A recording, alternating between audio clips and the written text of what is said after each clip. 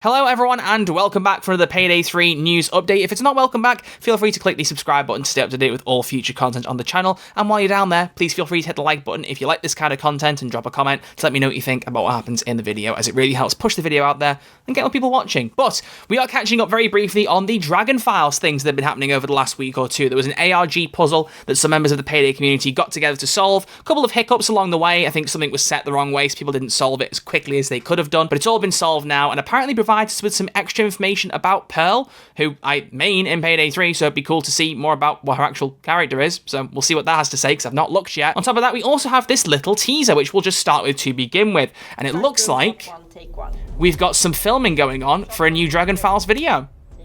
It's literally just a whole compilation of clapperboards in a bunch of different rooms. Also, DOP clearly being Marcus, who arranged the interview in Sweden with Mjalmar and Andreas, so that's cool. But it just says something's coming soon. So we will see some more Dragan Files information coming soon, presumably tied to the upcoming character pack. But we already do have some stuff on the Dragan Files website. So if you don't already know about this website, it's like a kind of out-of-the-game lore website. If you put the password in, which is Golden Taste, I believe the G and T have to be capitals, you log yourself in. Still a picture of me sat there, still nearly a year or half a year later. Crazy to see that I'm on that site. I will never quite get over that. But this section here, the secret, has been locked until now, but you're able to access it at this point. And I have got a list of passwords here provided to me by my Discord server. So I'm going to run through these passwords and, well, see if they work. Oh, it would help if the image stayed on screen. But you can see what I'm going for here. So the first password, I'll keep it over here on my screen, is Marcus Aurelius. So let's see what happens when we go in here with this. And it can be my first reaction because, like I said, all I know is that there is some Pearl lore in here. Okay, so we've got some folders that require data keys to open, and then some encrypted folder names. So I'm guessing this is what we need to get into next, and the password should be Hardest Street. It would help if I could type it correctly. That does work. Who is Marta's partner? It is Brian Austin. Okay, when is the voice of reason? 1897. Follow the map left to right first only. GGSLAI. I don't know where any of these have come from, sorry. Well done to everyone who worked these out together. The home of Lux Noir, that is Ashton Fine Jewelry. A denizen of the Hells in Faded Red is Pinky Demon. And finally, lots of ammo in caps. There we go. We got in there. Okay, so there's a folder that's decrypting with unknown time remaining. So I assume that might be to do with what's coming soon. Oh, unread mail. Is that new? Or is that order confirmation? 17th of January. Oh, Morse Family Guns and Ammo. Oh, hello. Interesting. Some ammo types, etc. And some, there's some weapons in there as well. Those have just come into the Dragan Files now as a result of doing the secret, which is interesting. Morse Family Guns and Ammo. I don't recognize a lot of these names. Feel free for people to drop in and explain what some of this stuff is. If there's anything I'm missing, use the comment section to fill in any gaps there. But that's interesting that automatically came through. Like I said, I reckon this is going to come through with link to this. That seems like a logical assumption to make. I don't know. But going beyond that, we then have this folder here. So what's in here? We have got different files. Can we...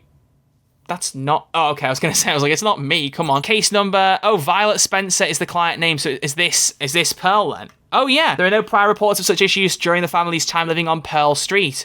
So Pearl's real name is Violet Spencer, and this is a record from when she was 14. Oh, wow. So it does just give you a bit more information for the background of Pearl. A domestic disturbance was reported by a neighbour. Upon arrival, law enforcement officers were met by the parent father. The parent appeared to be heavily intoxicated and exhibited belligerent behaviour. That's a cool alliteration. The officer on the scene noted the apartment was in a severe state of disarray. The child present in the home visibly upset and dishevelled. Based on these observations, the living environment was determined to be unsafe for the child, and so as a result, the NYPD contacted Child Protective Services for further intervention and assessment. Wow. Father who has been a single parent since the death of his wife. Child's biological mother 2 years ago due to bone cancer. Wow, so they really have just gone a lot in depth as to Pearl's story. So what have we got on this one? Oh, it's the next few pages of that particular file.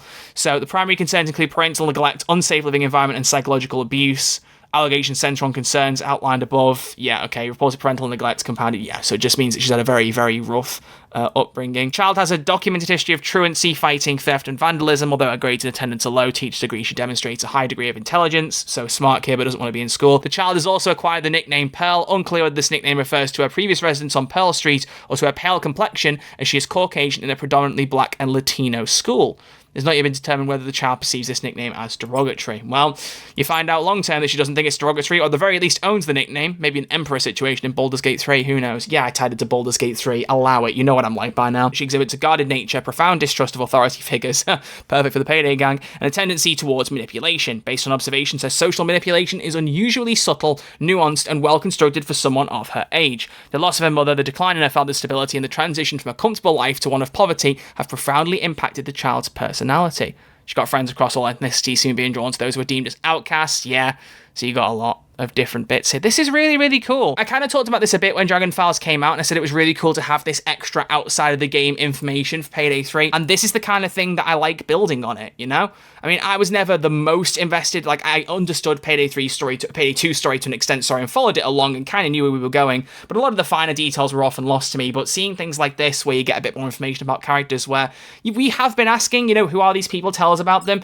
Should we have had this earlier? I've said this with a lot of things. Yeah, definitely, but especially with the situation Payday 3 is in now, to put the time into making this, I think is really, really cool. It's nice to get that extra bit of, even if it's just like window dressing, it's really, really cool. So we got another incident here, a homicide. The victim was found lying on his back in the living room floor. The cause of death was a GSW from a .45 caliber round. Oh, gunshot wound from a .45 caliber round, which entered through the nasal cavity and exited through the base of the neck.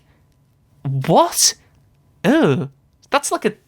Was she firing the gun like Rick Grimes, pointing the python down? What on earth is that? The victim has a criminal history and documented associations with various local gangs and criminal groups. A few months ago, one of his affiliated crews was killed in a shootout by unknown assailants. The only unaccounted for member is Violet Spencer, aka Pearl, a known associate of the victim. Oh yeah, see, downward angle of the exit suggests the victim is on his knees, so she's a bit of a power play kind of person.